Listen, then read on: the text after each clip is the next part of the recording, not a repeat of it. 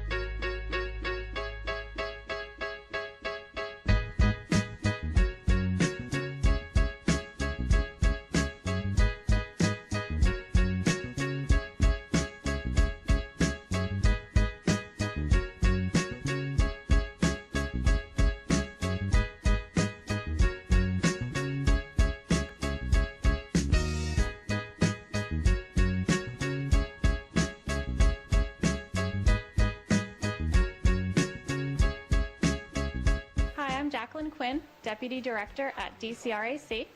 I'm here to help you with your housing, tax, or title problem, so give me a call anytime, and I'm happy to meet to see what we can do together. My name is Joe Gross. I'm the Credit Clinic Director here at dcrac. I'm the one that would sit down with you, develop a budget, figure out a spending plan, pull your credit report, and see if there's any way we can improve that. Hi, my name is Lillian Harrison, and I'm the Housing Director for DCRAC.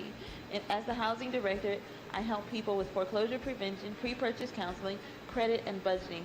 And it's absolutely my pleasure to serve you. Hi, my name is Anthony Doring. I'm Delaware's free tax attorney and the director at the dcrac Low Income Tax Clinic. If you receive a notice from the IRS, please give me a call as soon as possible so I can schedule you for a free consultation. Hi, my name is Maricela Tovar Rangel, and I am responsible for doing the intake process here at DCRAC. And I also manage the credit union, Stepping Stones Community Federal Credit Union, y también hablo español. Hi, my name is Christian Tijerino. I work for dcrac as a outreach director. I enjoy working for community and local families. Hi, my name's Howard Keener. I'm the Director of Strategic Projects and Community Affairs for DCRAC. I work on human resources, internal policies and procedures, and community development, and also marketing for DCRAC.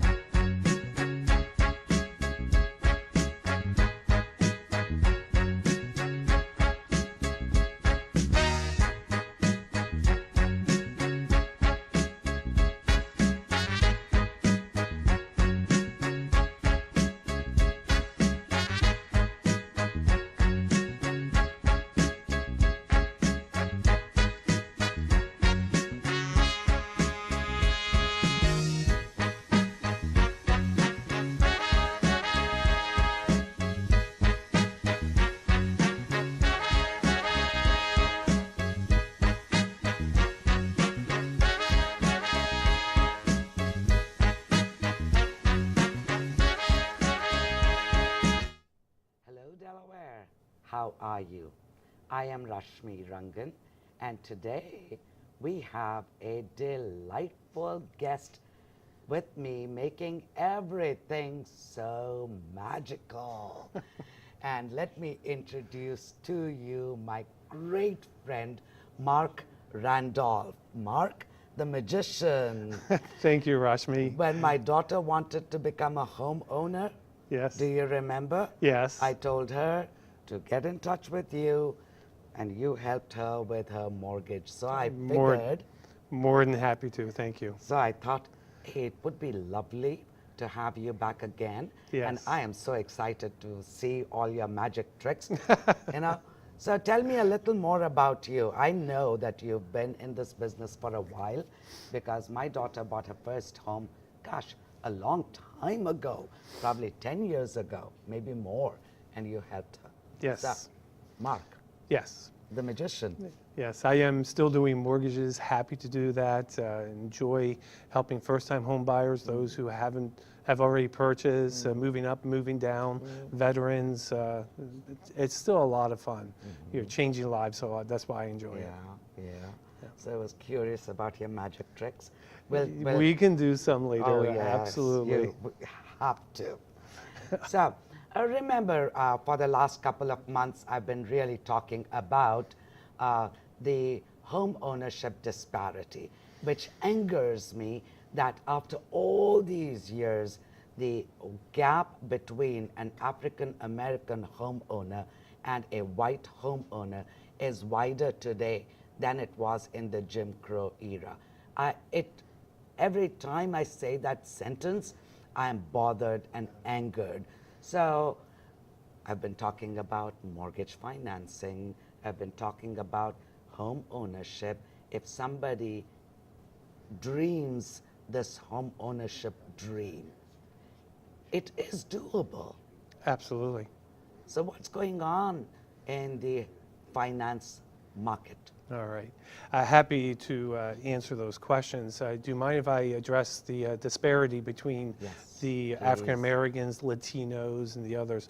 There is absolute statistical difference. There are more white community that own homes than in African Americans or Latino. Many reasons why, but from the mortgage point of view, what I'd like to at least address is that the government, particularly through the CFPB and the Dodd-Frank rule, they've recognized that, and they are trying to scrutinize the lenders even more.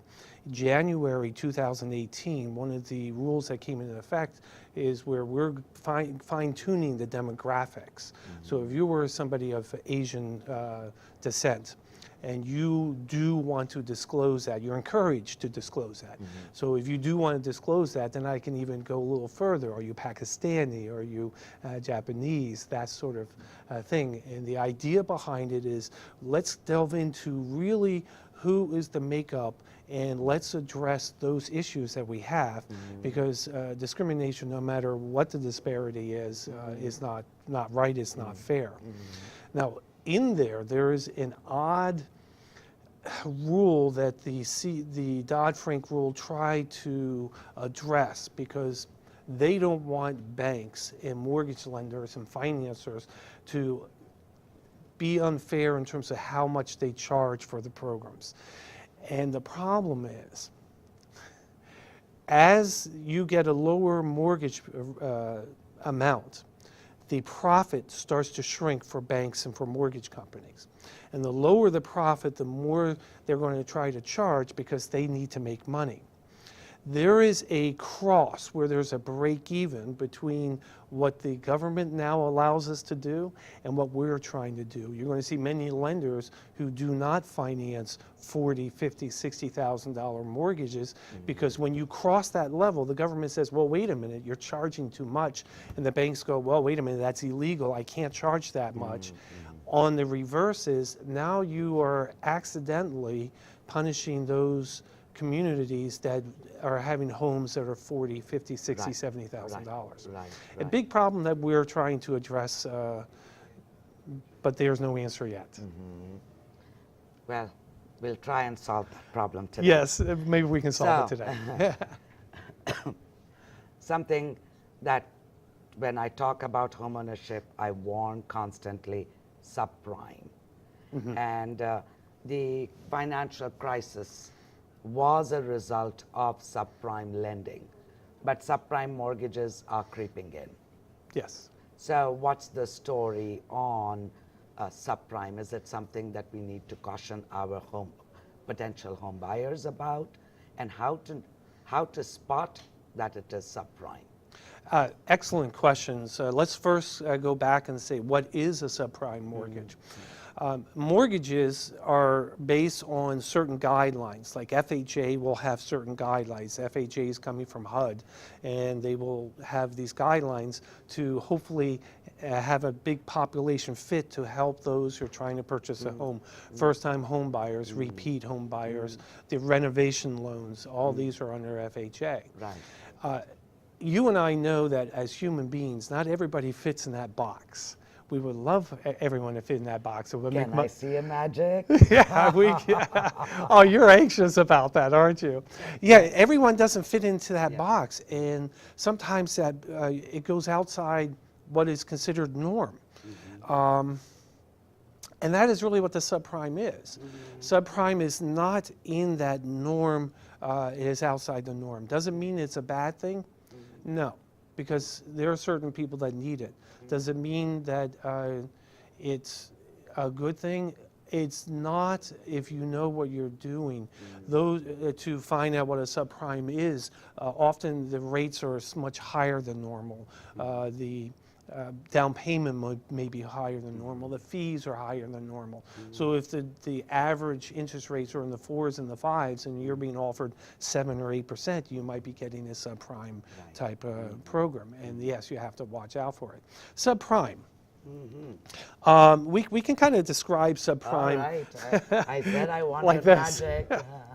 Right, and so what we have is we have a couple quarters in this bag, and everybody's supposed to be in this bag. Everybody's supposed to fit in the programs, but subprime doesn't always fit in that program. So sometimes that person is a little bit outside the box, or a little bit outside the bag, and maybe they don't have the income, or maybe they don't have the assets, but it's just outside the bag and the norm, and that's really what subprime is. I know. Yeah. I prefer to be in the bag. Oh, wow. Wow. So that maybe, did that demonstrate subprime? Oh, yes. So what can we do to bring folk in prime so that they don't need to resort to a subprime mortgage, because it is expensive. It's very expensive. In my opinion, when people are ready to purchase a home or even thinking about it, they should talk to someone like myself. There are many professional mortgage people out there that are outstanding. We're trained to know what to look out for. And maybe it's credit. Maybe we can sit down and say, we need another 6 months, or maybe we do this, add a credit card, subtract a credit card. Let's work on this collection or something like that. Prepare you so you can fit in that bag, so you're not outside the bag. Right. It could be the way you're handling the income. A lot of self-employed people deduct everything. Oh, yes. Yeah, and the problem is they come to me and I can only use $20,000 of income, but cash flow through their bank is, $250,000. So there's significant cash going through, but they narrow it down so far that it makes it difficult for them to qualify under a normal, regular mortgage. Right.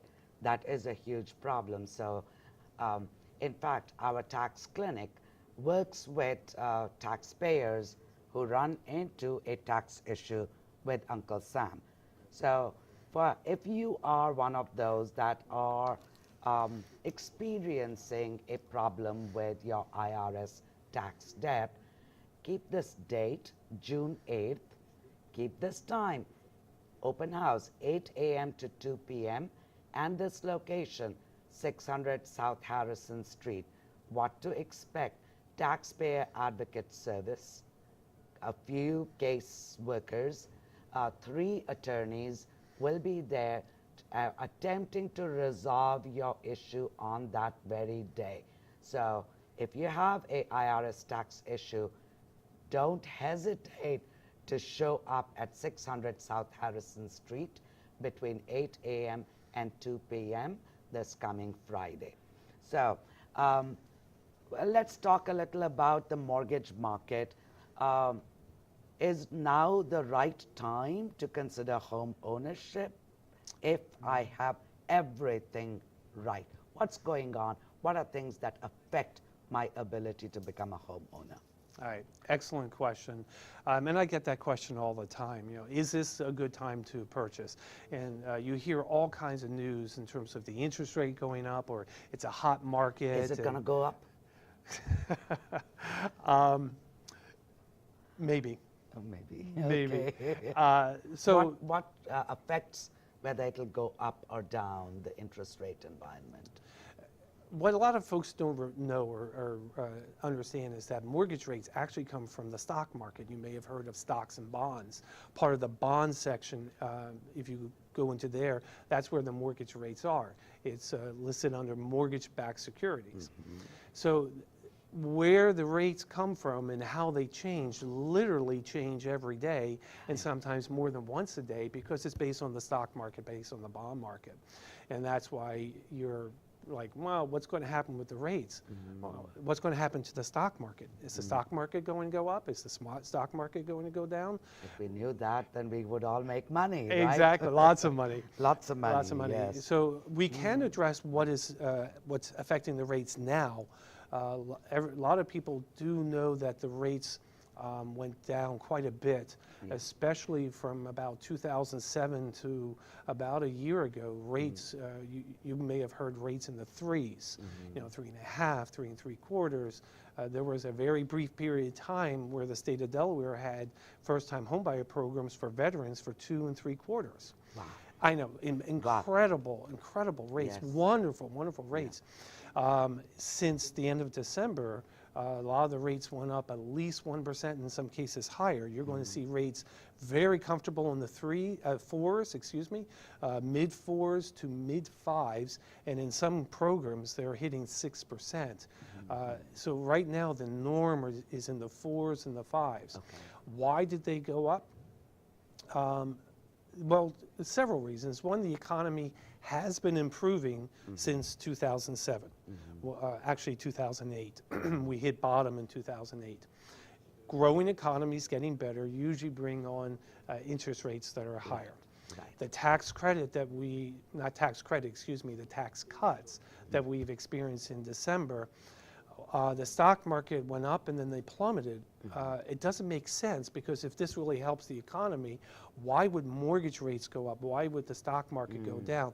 Well, one of the fears the stock market has is inflation. And with the tax cuts, you've now increased the debt. The government debt is increased, and often an increased debt, in order to pay it, you're going to have to increase taxes or something to pay that off, which can spur inflation, which could increase mortgage rates. The tariff talks, the stock market, as you can see, has come down. They do not like tariffs, tariff war. And tariff wars could bring in higher pricing. From soybeans to cars to any product that we're very closely connected, from Canada to China to wherever. Higher pricing will bring in higher inflation. Higher inflation will mean higher mortgage rates. So if these items stay in place, the prognosis is rates are going to continue. We've had an expanding economy for almost 9 years now, 7 under Obama, 2 almost under Trump. Statistically, an expanding economy goes for 7 to 10 years. So if those trends are going to continue here, that means we're at the peak or about a year from the peak of the economy. And if that economy slows down, this has nothing to do with Obama, has nothing to do with Trump. This is normal economic ebb and flow. And if there's a small downturn, even if it's mild, you may see the mortgage rates come down a little bit. So we talked a little about nationally. Locally, what's going on? What are we doing in the state of Delaware, in our counties, about home ownership or things that could impact home ownership? So like real estate transfer taxes, recording fees, so much in the news. A lot in the news. The state of Delaware in July of 2017, almost a year ago, July 2017, they increased the transfer tax. It's now 2.5% just for the state of Delaware. When you add the county transfer tax to purchase a home, you're at 4%. The unfortunate thing is that puts us as one of the highest in the nation. If you buy in Philadelphia, Philadelphia has an extra transfer tax that's at 4%. Now the state of Delaware is equivalent to places like that, and it's making it very difficult. There's a lot of talk in the industry that the state of Delaware may offer first-time home buyers discount. The Newcastle County, for example, has a discount if you're a first-time home buyer in Newcastle County. That part is waived. In the industry, we're hoping that's true. We're hoping that they do make a first-time home buyer discount. So that is our number one concern. In June, well, at the end of the year for them, a lot of times they really push legislation, they review everything. We're hoping that they look at this. In terms of Newcastle County, First off, you have to thank your real estate agent. Any realtors out there, they really worked hard. The county was looking to increase the recording fees, yes. And it was very significant. It was almost triple the cost of what it is today. And just about 2 weeks ago, the real estate agents really put their voices to be heard with the county, and they did not pass that. And especially first-time home buyers, that really concerned me, because instead of $450 recording fees, Yeah, we are now talking. it was over $1,000. Yeah. Yeah. The other thing is June 12th, if you want to write a date, Newcastle County Council is meeting 2/12, and you can lend your voice as well. They're proposing an increase in property taxes up to 15% increase. That again is significant. That's going to harm folks looking to purchase and sell. The more expense it takes to sell a home, the more difficult it is to sell a home. The more expense it is to purchase a home, the more difficult it is to sell a home. And so that's part of what we're, from our point of view in the industry, we're really concerned about. So yeah, there's a lot going on locally. Right. So DSHA, it has some programs to, at least mortgage-wise, make it a little easier for homeowners to qualify. So there are some lowered credit scores of 620, is it? You are correct. Delaware State Housing Authority, and we say DSHA or DSHA for short, they are tremendous with a lot of first-time homebuyer programs. And they just revived their first-time homebuyer program starting May 1st, so it's not long ago. They decreased the credit scores. It used to be a 640, it's now a 620. Yes. Yeah, which is wonderful, absolutely wonderful. Just so the viewers know, credit scores are only half of the credit part at the way lenders review it. They look at the history as well as the score themselves. Unfortunately, the score becomes such a big component that is viewed that everyone forgets about the history. I have seen some almost perfect credit, and they're in the 620s, 640s, and then I've seen credit where it's not so perfect and it's 700, backwards from what you would think. Right, But right. it, when you know the credit scoring models, it makes more sense. The Delaware State Housing Authority, DSHA, what they have done is they have changed how much settlement help you can get. Right. It's based on the mortgage. So they have 2% settlement help on the mortgage. They have 3%, 4%, 5%. So if you're buying a $200,000 home and your mortgage is almost $200,000, that is $10,000 they can give you to help buy the house. Tremendous. Now, as you go up, 2% is a lower rate. If you need help, if you need more, the rate is a little higher, a little higher. So the more you get, the little higher it goes. So you get a choice. What is more important to you, or what fits in your situation? Is it better to have more help, or is it better to have a lower rate? Is it better to, are you okay with that monthly payment? Where is your target? Right. You mentioned my favorite subject, which is credit and credit scores. So what goes in a credit score? How can I get this, if not perfect, at least 620, so I could qualify for a DSHA loan? What goes into a credit score? Any tips? Any tips? Oh, yes. It's actually, as you know, Rashmi, it's one of my favorite subjects as well. Credit and credit scores, it is just an incredible world behind that. And when it was created in the 1960s, a lot of the credit bureaus didn't want anybody to know about it because they have this algorithm, they had this formula, and credit bureaus are profit companies. They're not nonprofit, they're not owned or controlled by the government. There are laws regulating them. And just from doing mortgages, I saw credit scores in the 1990s but we weren't able to use them until about 1998, 2000. We were When able to Fannie think and about it. Freddie began. Right. Now think about that. Yes. 2000 to today, that means those folks who are just graduating high school today grew up in the world of credit scores to the level that you and I think. Right. So credit scores are still a very new subject and a very new thing in today's world.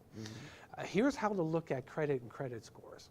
There's a lot of wonderful places you can go to find out about credit and credit scores, but the point of credit and credit scores is you have to show the computer what you're capable of. If you don't, I see a lot of customers come to me and they don't have any credit, or they have one or two pieces that are maybe a medical collection or something along those lines, and they're surprised that they don't have much of a credit score. They say they pay everything on time, but the computer doesn't see it. Right. If the computer doesn't see it, it's as if you don't exist. The reverse is true. If you have too much credit, that could bring your scores down. If you have credit that is derogatory, that obviously brings your credit scores down. Now, where a lot of people get hung up on, and I hear this a lot, oh, I don't want to do a mortgage, I'm not ready to talk to you. I want to get my credit ready. Well, that's really when you should talk to me, because I know. Collections do harm, and late payments do harm credit and credit scores. But you can have a very good credit and have collections a year ago. It depends on how you handle to reestablish credit. It depends how you handle the collections and the derogatory. In the credit world, the further away the derogatory goes, the less of an impact. So, yeah. Can you give some examples of derogatory credit? Yes, absolutely. It could be as simple as you have a credit card and you were late for 30 days. That's considered a derogatory credit. You can have a medical bill that went into collections. That's a derogatory credit. You can have a credit card that went into collections, or they're showing Charged off or something yeah, like charged off or something like that. So what you're saying is, if I did something bad with my credit, the more time has passed since I did that bad thing, and today, the better off I'm going to be. Correct. Okay. Absolutely correct. And that includes foreclosures, repossessions, judgments, bankruptcies. The further away it goes, the better you are. It isn't that it occurred in your life. It is where it is in your life, put in perspective in the past, and what have you done to recreate credit since. Okay. So if I had a foreclosure in my past, homeownership isn't shut for me. Correct. I can explore that. Correct. If okay.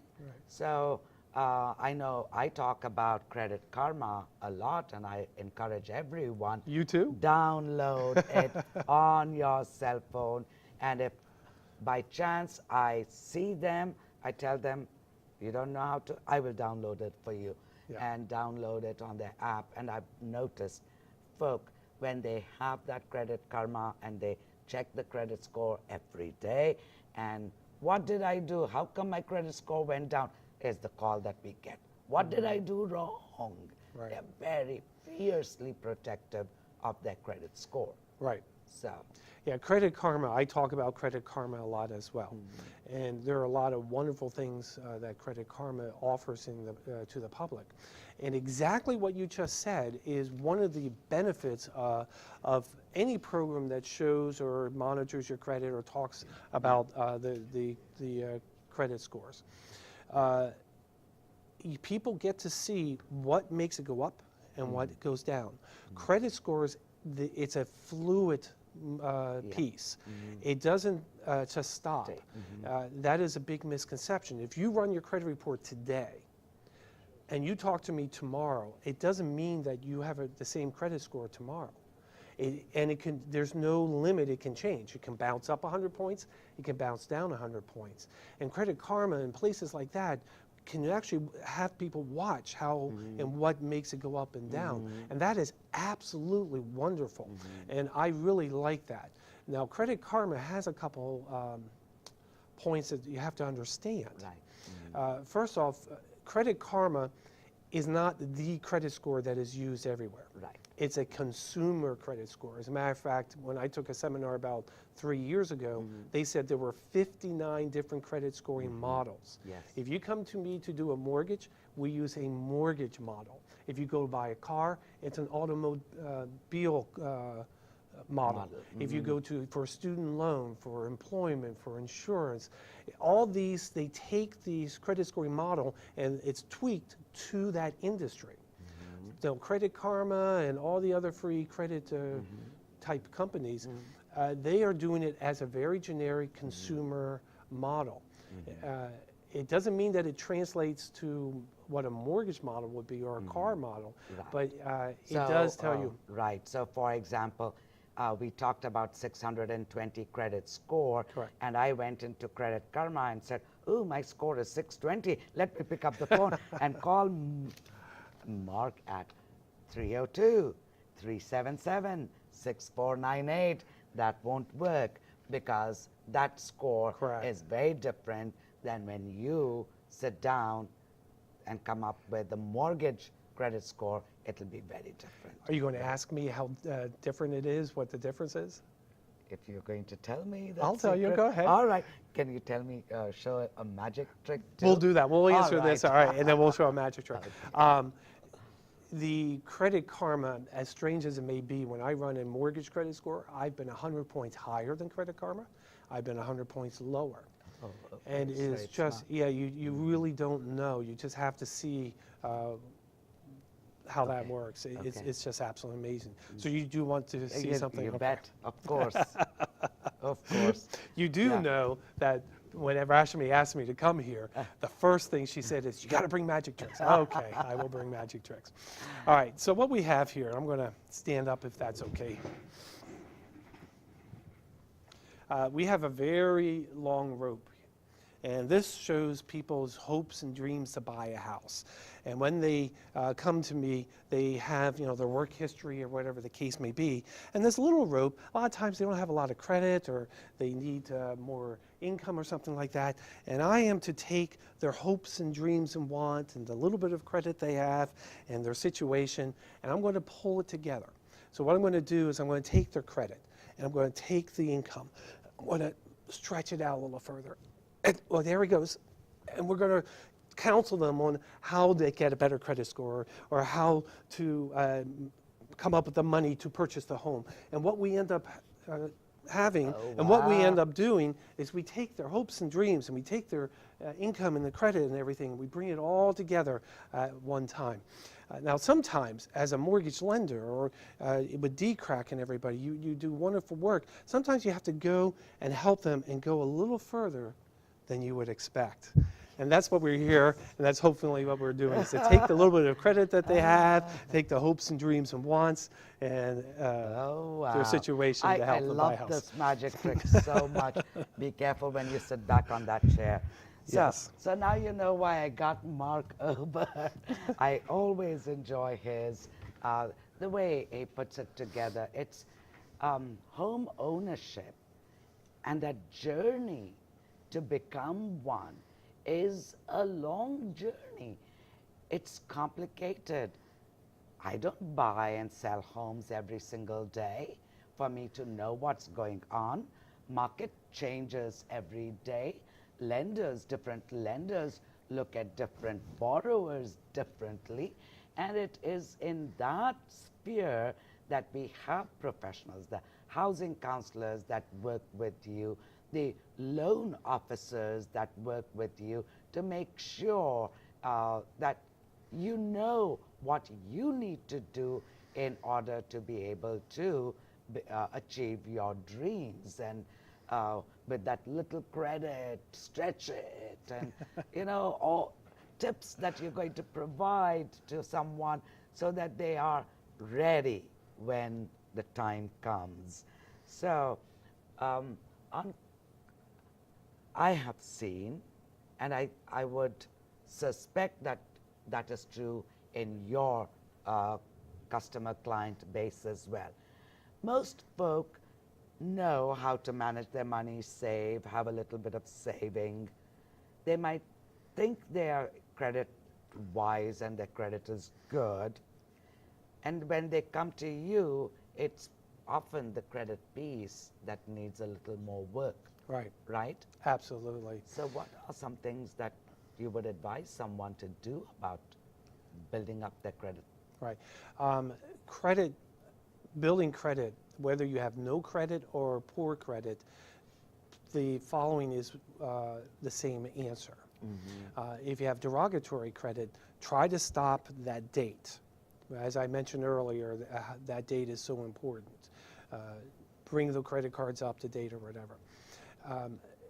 Getting credit is actually easy and difficult at the same time.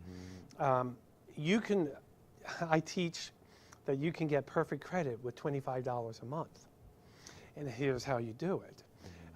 Ideally, 3 credit cards, but you can get away with 2 credit cards. You get 2 credit cards, and one you have at a 0 balance, and the other you go get a pair of shoes or put some gas in the gas tank for 25, 30, 40 bucks. And then you pay that off, $25 for 2 months. Then that is 0, and then you go to the other credit card, and now you get another pair of shoes or whatever you desire. So you have 2 credit cards. One is always at 0. The other one is minimal, $25, $50. Think the way the computer thinks. They see that you can get credit, you can use credit, you can handle and manage credit, and that's where you get the best credit scores. Now, also in an ideal world, you should have a loan. And 10% of the credit scoring model is what is called mixed use. So if you have 2 revolving credits, like credit cards, and you have 1 loan, there's a mixed use, and your scores bump up a little bit. I'm not telling you to get a car or anything for that. You can go to a bank, and some banks have starter loans for $500 or $1,000, and basically you pay it back to yourself, so you can use it. What you're doing is, again, you're showing the computer what to do. As you know, in the housing counseling world, I'm a big proponent to the housing counselors. They're just absolutely wonderful, in my opinion. And a lot of them participate in programs where there are certain banks that if you go through the housing counselors, they will offer a loan to you, and they actually write an agreement and they report it to the credit bureau. But here's the trick. That loan goes into a savings account, so that payment you pay goes in the savings account. So you didn't actually spend that money on the loan. You're only spending $25 a month on the 2 credit cards, not the loan that goes into a savings. And you can get perfect credit score by that technique. So just to repeat, Mark's advice is brilliant. We are really teaching the computer 4 things, right? That you can get credit, so just 2 credit cards is good enough.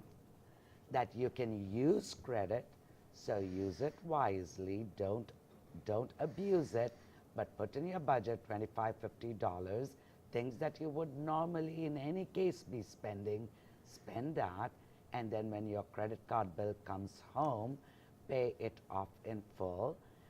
1 credit card, always keep it at 0 that you don't owe, and the other one is what you're revolving, maybe paying off in 2 months, so you're not paying a huge interest. So you're teaching the computer you have the ability to get credit, use credit, manage it, and what was the 4th one?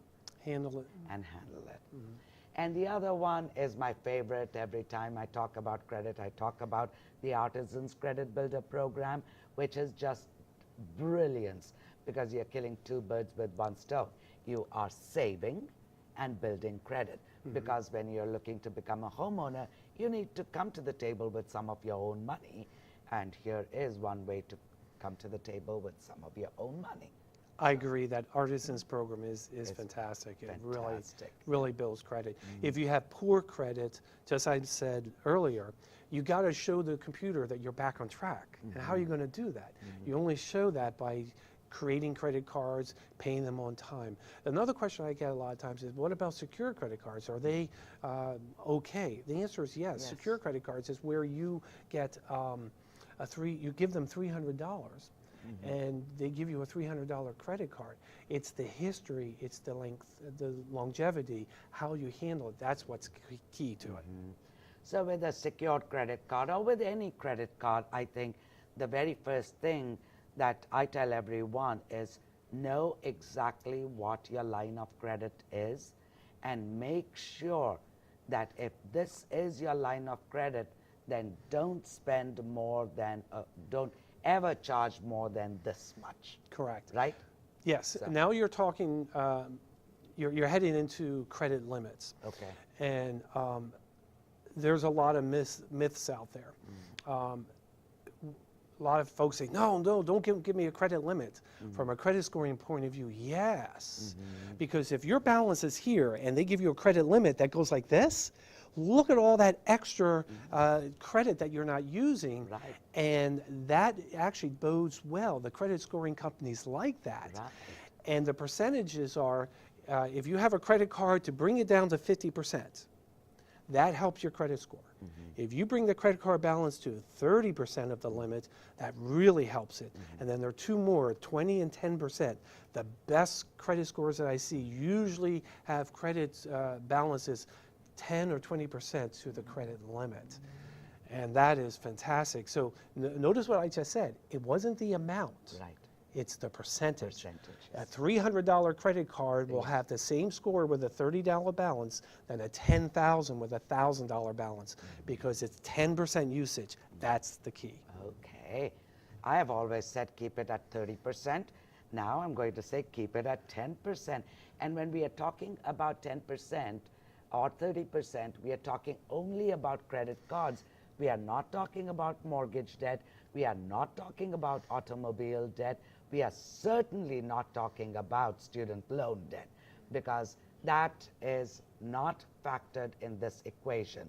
So Correct. one smart way to build up your credit score, regardless, if you don't want to become a homeowner ever in your life, you are a comfortable homeowner, you don't want to ever borrow money in your life, credit is irrelevant to you, it still makes sense to know how to have that awesome credit score because you really are judged by what your credit score is. Credit score is your character. Now, I've told so many times, I could be Mother Teresa, but if I had a lousy credit score, you better not lend me money, right? Because I haven't demonstrated that I've managed money well. So credit is a very important character, and because that is what we are judged by in every walk of life, employment, insurance, buying a car, what's your credit score? We have to have a perfect credit score. Exactly. No, you're right on. And as we've talked about how the history of the credit scores, it's relatively new in our world. Yes. We've known of credit scores, we've known of credit history, but not to the level that it is today. And it is true, employers run credit reports. When you go to get an apartment, insurance, Right. a lot of them look at your credit history, and understanding how it works and why it works is so important. It's also good to know that it's not permanent either. Right. So let's say you do nothing. You do absolutely do nothing. A derogatory like a 30-day late or a medical collection will drop off after 7 years. Significant items such as judgments, foreclosures, bankruptcies, they can drop off after 7 years, but a lot of times they can stay on for 10 years. Right. Now there's two pieces with that. One, it drops off and it helps your credit score. That's absolutely fantastic. Two, I'm finding this more and more, because it drops off your credit report does not mean it disappears.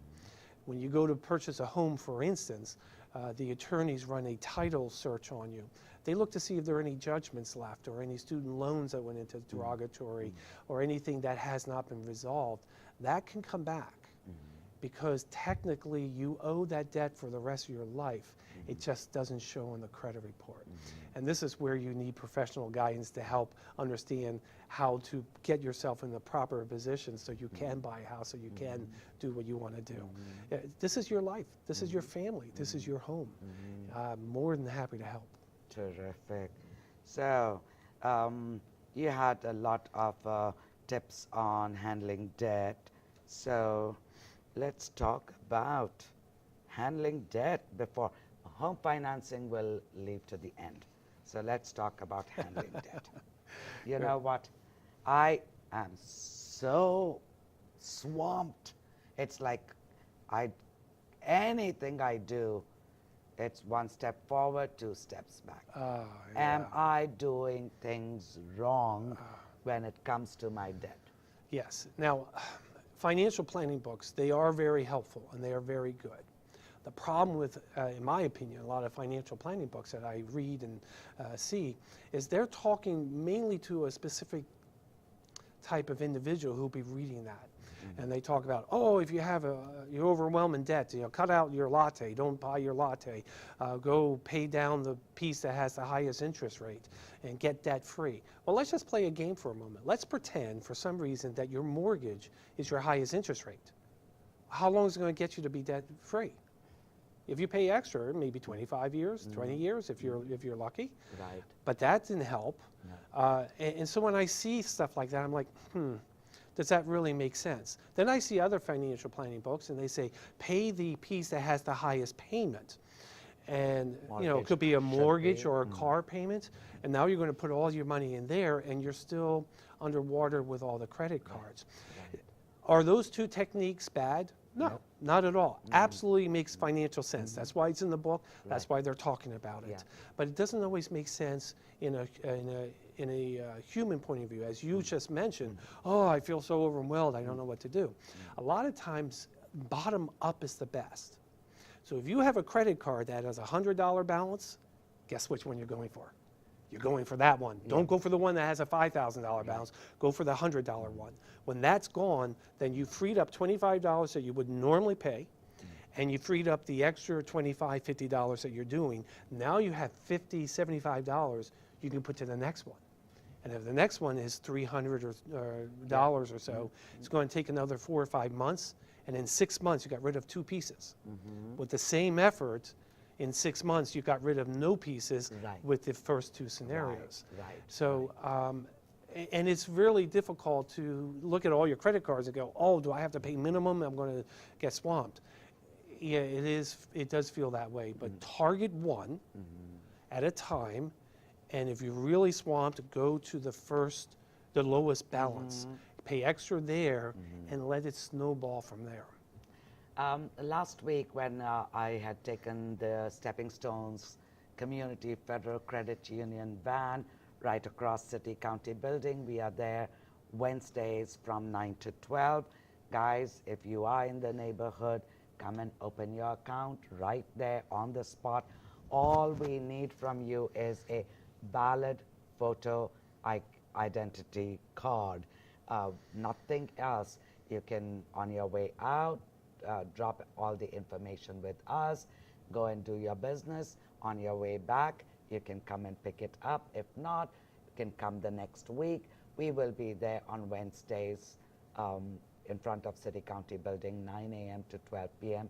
And tagging along with us is also Department of Labor van. Rather, theirs is a huge bus. They have 10 workstations in there. And really, you could do everything, resumes and benefits, everything right there. They also come to Harrison Street. We are putting a flyer together. On Harrison Street, we'll also have St. Francis van joining us on 2nd and 4th Tuesdays. So information, you can find it at dcrac.org. So we talked about handling debt. But if I don't have, I look at my budget, I look at my income, and every dime is already, accounted for. Food, debt, name it. Yes. I don't drink no latte, so I can't come up with that extra $25 to pay down towards my debt. What can I do? Oh my, we're drowning in debt. You have a hard time even with the suggestion I made earlier. What are you going to do? This is something else that I think a lot of the financial community has lax, if you would. They concentrate so much on debt. That's only 50% of the total part of financing. The other half is income. We forget so much, and the books do that all the time. Right.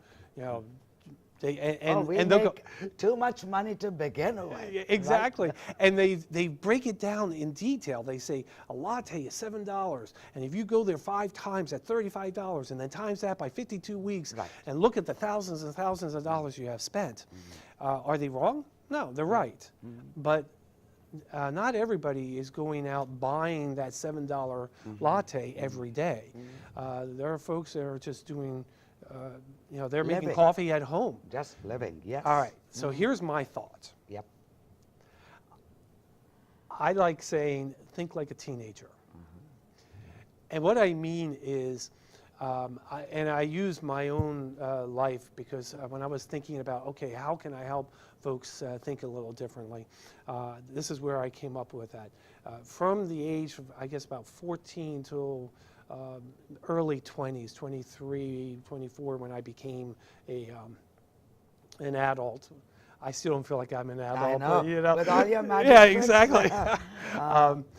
I worked on a farm. I created a cleaning company. I shampooed rugs. I cleaned homes. Of course, I did magic shows. I did some clowning for 2 years. I was a professional clown and a street magician.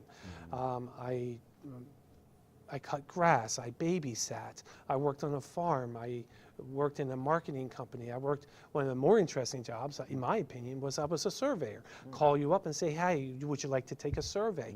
Fascinating. Do you know why I wasn't very good? They said I was too encouraging. When you do a survey, you're supposed to put, and which product would you use? Right. And that's it. I went, and which product would you use? They had to correct me. But all these are fascinating. What did I do to make money? And then I started thinking, I'm not any different than anybody else. There are a lot of folks that have party planning experience, and musical or singing, or I know one person, she goes into a home, you pay her, and she helps you organize your house, helps throw things away, go in a drawer and say, well, what is in there? And maybe we can organize it this way or something like that. The internet is just absolutely fantastic. eBay is the internet ability to do a yard sale. Yeah, exactly. Exactly. And I hear a lot of folks say, well, I don't have a good computer, I don't have a good this, I don't have a good that. The library. Oh my God, the library gives you a free computer. You can create a free email on that. You have other things going outside like Dell Tech and Dell State and Wilmington University and all the other places. You can increase, or just night schools. You can get maybe a second job, or ask your boss for a promotion or a raise, or maybe you can get another job. There's a lot out there if you stop and sit back and go, okay, let's open up our mind a little more, and where can we go? So, Mark, we had so much fun. Time is up. I will see you next month, but next month I'm bringing the van right here in front of Channel 28. If you're interested, come by and get your account at Stepping Stones Community Federal Credit Union. No excuses, Mark. Thank you so much. You're very welcome. 377-6498. Harass him. Become a homeowner, guys. I want you to be a homeowner. See you next month.